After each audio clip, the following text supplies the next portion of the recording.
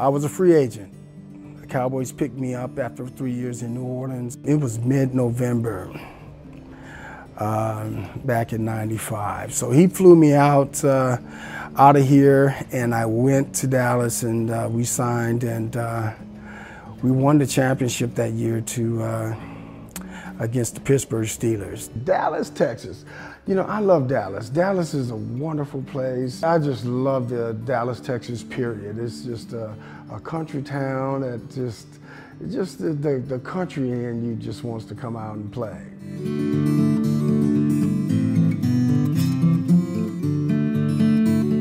Dr. Suggs and I got together about sleep apnea, and through a mutual friend, he wanted to find out what happened in order for me to get involved with sleep apnea. I'm working with Derek in order to work with the NFL players. They are also subject to sleep apnea. They're big, they're heavy, they have constricted airways, especially the linemen. The linemen are like 4 times more likely to have cardiovascular problems. And so the statistics are adding 7 to 15 years to your life. I think in the case of retired NFL players, I think it's much, much greater than that. Pro Player Health Alliance has merged with all the 32 cities in the NFL that has an NFL team in it. Pro Player Health Alliance has merged together with the dental industry in each city to allow former and current players to get treated for sleep apnea. And this allows them to go in and get an exam, get checked out. One of the reasons that we've zeroed in on retired NFL players is these guys don't live as long as the average population. You think of these guys as, you know, top physical condition, nothing can happen to these guys, but it does. They die years younger than the normal population. And so that's one of the reasons we've zeroed in on this, is to be able to help these guys and not have them die. I mean, you just don't see retired NFL players living to be 90. I mean, it just doesn't happen. And the linemen have a very short lifespan after they retire. So many of these guys die, they die within years after retirement. This is really going to help all my former NFL players. It means a great deal to me because we have guys passing away and dying soon after they retire, and sleep apnea has a great deal to do with it. And so there's so many of them that have sleep apnea, and most don't know they have sleep apnea. They think it's a way of life. And what happens is that when people have sleep apnea, they gasp for air. And so the body goes into what's called a fight or flight syndrome.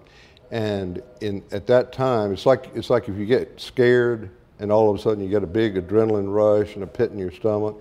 Well, this happens over and over and over all during the night, multiple times. And so it's that shot of adrenaline that's so hard on the heart,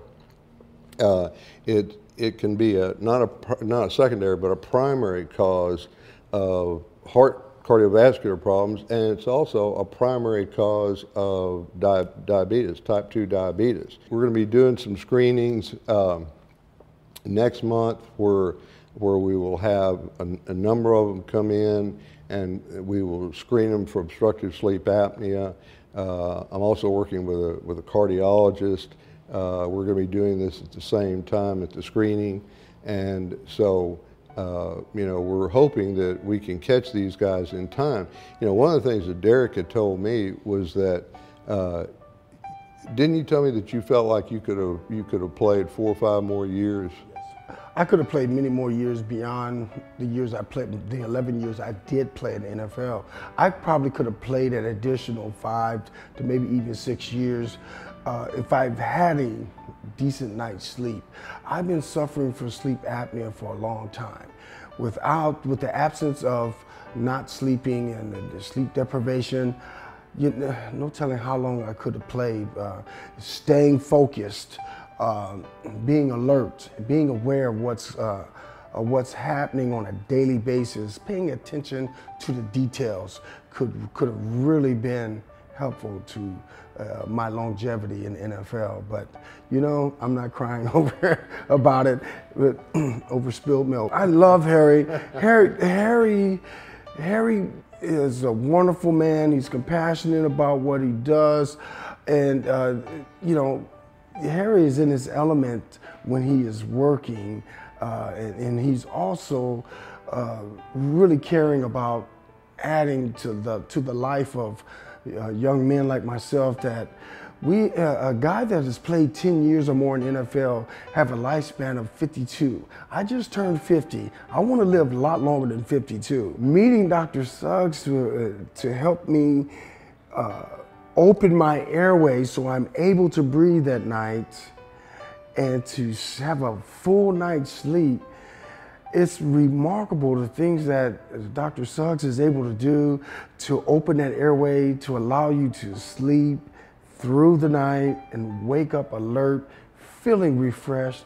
I want everyone to have this fulfillment in life of enjoying a good quality of life beyond your playing years. Some of this stuff is hereditary, and there's not always big guys that have this sleep apnea. There's slim females, slim males. I have former defensive backs. Everyone knows the defensive backs are the slim guys out there, and I get calls all the time that they have sleep apnea.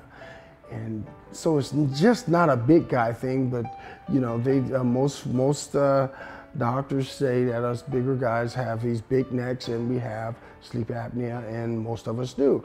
But the little guys has it as well, and we would like to get them treated. This means a great deal. Former NFL players, other people, to live a better quality of life and to add 7 to 15 years to your life by using the Herbst device. Why not? And this, if I would have met Dr. Suggs and the people that is involved that helped me to sleep well, I could have saved my brother's life, and I wish we had an opportunity to redo this over again and meet everyone prior to my brother's death. I am very confident we could have saved his life. He left in his sleep, and after his autopsy was done, he says, your brother suffered from sleep apnea, and he died grasping for his breath. You can get treated for sleep apnea, whether it's you a former player, current player, or you're just an average Joe on the street that suffers from sleep apnea. You want to get treated. And this is going to add years to your life. You're going to have a better quality of life. You're not going to be sleeping at the light like I was in your car. Are you kidding me? So I truly believe this is really going to add a better quality of life to just the average Joe. I think it's remarkable what he's doing. At the same time, he's saving lives. And Harry's compassionate about these young men I say young men because a lot of them are a lot younger than myself, but if you're saving lives and you're helping people, and I think this is where Harry's heart is him and his wife just really cares about people.